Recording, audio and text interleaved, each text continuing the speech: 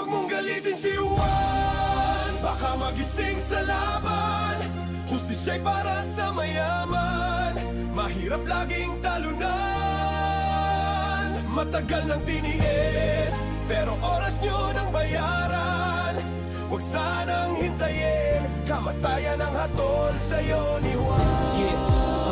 Ito ang kwento ng bawat Pilipinong naiwan ang tinig ng mahihirap. Ang laban ni Juan habang sila'y nakaupo sa kanilang upuan. Mga tao'y nagdurusa at nakabaon sa utang. Tayo'y magsama-sama, tumayo at lumaban. Nilaban ng hustisya para sa kinabukasan. At ito ang inyong tandaan. At huwag niyong kalimutan, huwag niyong galitin si Juan. Sa kanto naglalako, piso-piso lang ang kita. Habang ang mga buhaya milyon-milyon ang binulsa. Pag mahirap ang nagkasala, kulong agad sa selda. Wala na bang pag-asa? Nasaan ang hustisya? Mga bata walang gatas, tinitiis ulam na asin. Pero ang mga anak nila sa ibang bansa nagsha-shopping. Bakit ganito ang mundo? Bakit laging dihado? Si Juan ang lumikha, pero si Juan din ang ginago. Bakit ba kasi hindi kayo makontento? Pagod ng ordinaryong tao ang puhunan ng yaman nyo. Bawat luha ng ina, bawat gutom na bata, katarungan ng sigaw, buksan ng pinto ng hustisya. Flood control sa sapa, inanod na ng baha. Kawawa ang mamamayan sa bulok ninyong sistema. Nalubog kayo sa buwis ng mamamayan, pero si Juan lubog na sa baha, baon pa sa utang. Mga kontraktor ng kalsada, puro palpak ang gawa. Bilyones ang kinita, lubak-lubak pa rin ang daan ng masa. Mga kasabot na opisyal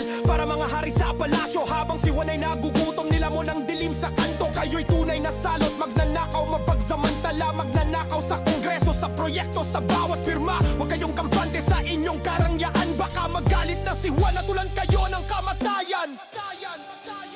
Huwag mong galitin si Juan, baka magising sa laban.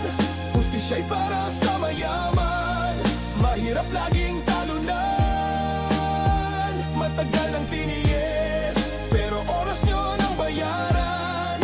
Huwag sanang hintayin, kamatayan ang hatol sa'yo ni Juan. Kung walang magnanakaw sa kaban ng ating bayan, eskwela'y puno ng libro, guro'y may dangal, magsasakay may patubig, ani sagana, manggagaway may sahod na sapat sa pamilya. Kalsada'y maayos, ospital ay kumpleto, bata'y nag-aaral, hindi nagugutom sa kanto. Sa halip ng bulsay, sariling inambag, yaman ng bansay, sa tao na ilatag. Kung wala sanang korupsyon at gobyerno ay tapat, serbisyo'y mabilis, bawat tao'y may sapat. Kabataan may pag-asa, pangarap ay abot. Hindi na kailangang mangibang bayan at matakot. Kalayaan ay dama, tiwala ay buo. Batas ay pantay-pantay, wala na ang kalbaryo. Kung ang pondo ng bayan ay di na nilustay, Pilipinas ay taas noo, may tagumpay. Paninilay darating, di mo kayang takasan. Dugot pawis ng bayan, ito'y inyong bayaran. Mga kasinungalingan mo'y isa-isang babalikan. Sa dulo ng kwento lalabas din ang katotohanan. Huwag mong galitin si Juan, baka magising sa laban. Hustisya'y para sa mayaman, ang mahirap laging talunan.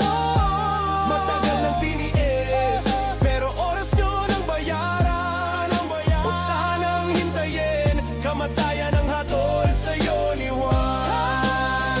Huwag mong galitin si Juan, huwag mong galitin si Juan. Matagal nang tiniis, huwag sanang hintayin, kamatayan ang hatol sa'yo ni Juan.